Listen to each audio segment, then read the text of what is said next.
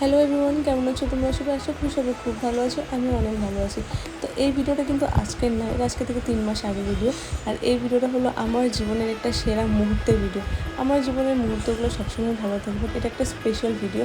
যেহেতু আমি যে মানুষটাকে 4 বছর ধরে ভালোবেসে এসেছি সেই মানুষটার সঙ্গে সাত পাকে বাঁধা পড়ার সময়, আর সেটাও পরিবারের সম্মতিতে, আমি কিন্তু সত্যিই খুব খুশি ছিলাম।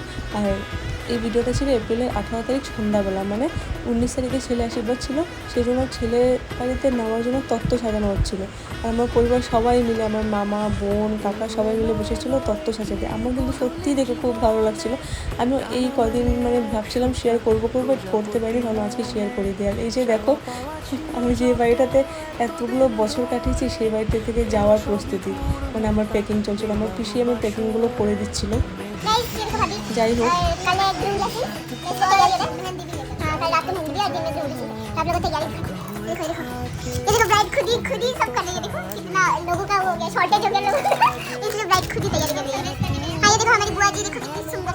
मामा जी हाय बोल दीजिए। हेलो।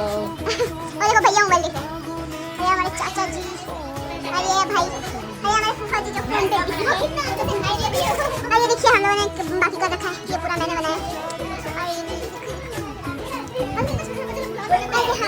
पूरा, और अभी भी और सारा बहुत सारा बाकी है। आपका आपका 2 दिन में शादी है, आप क्या बोलना चाहेंगे?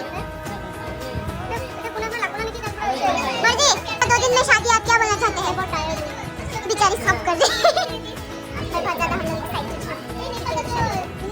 ये व्लॉग दुल्हन की मोबाइल में हो रहा है, बस मुझे मिल जाए। আমার বোনের বকবকানিতে শুনলে।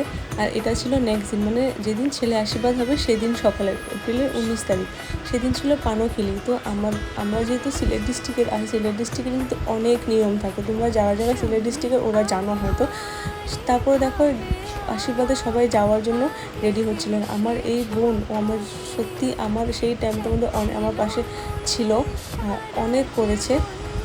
ও বেশি এক্সাইটেড ছিল আমার বিয়ের জন্য। আর আমার কাকুকে দেখো, ছেলে বাড়িতে মাছ নিয়ে যাবো সেই জন্য একদম বড় করে মাছটাকে প্যাকিং করে সব রেডি, মানে ওরা সবাই মিলে, আমার মামা মা সবাই মিলে গেছিলো ছেলে আশীর্বাদ করতে।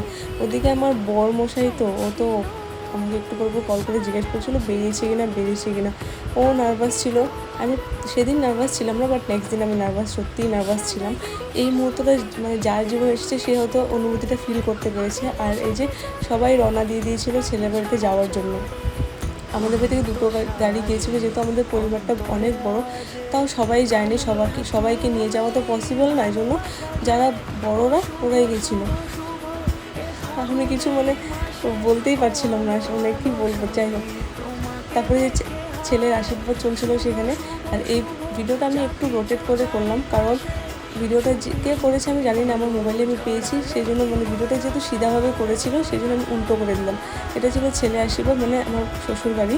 আর ওকে দেখো, ও তো লজ্জায় শেষ। আমার বউ এমনি একটু বেশিই লজ্জা পায়, মানে এই যে আমার কাকু। আর আমি সত্যি বলছি তোমাদের, আমি খুব খুশি ছিলাম, কারণ এই দিনটা যে আমার লাইফে আসবে আমি কখনো ভাবিনি যে আমি যাকে ভালোবাসবো আমি তাকে বিয়ে করতে পারবো। আর এই অনুভূতিটা যারা তোমরা ভালোবেসে বিয়ে করেছো তারা হয়তো বুঝতে পারছো আমার ফিলিংসটা। হ্যাঁ, বাড়ি ছেড়ে চলে যাব সেটার একটা আলাদা দুঃখ ছিল, কিন্তু আবার যে মানুষটাকে ভালোবেসেছি সেই মানুষটার হাত ধরে ওর বাড়িতে আসবো, সেটা আবার 2 পরিবারের সম্মতিতে, সেটার খুশিটা একটা আলাদা ছিল। আর আমার বোন, মানে আমার পরিবারের সবার সবচেয়ে ছোটো বোন, আর ওরও সবচেয়ে ছোটো শালি। ওদের দুজনের মিলটা তোমরা যদি দেখো, মানে সত্যি ওরা দুজন খুব মিলে।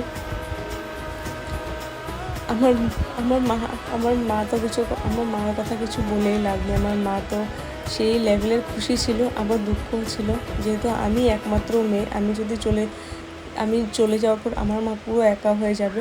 আর সেটা ভেবে আমার সত্যি খুব দুঃখ হচ্ছিল, কিন্তু কী করবো, মেয়ের হয়ে জন্মেছি, অন্যের বাড়িতে যেতেই হবে। তারপর ভাবলাম যে একটু নিজেকে রেডি করে নিই, সেই নিয়ে আমি চলে গেলাম পার্লারে। তো আজকে ভিডিওটা এখানেই শেষ করেছি।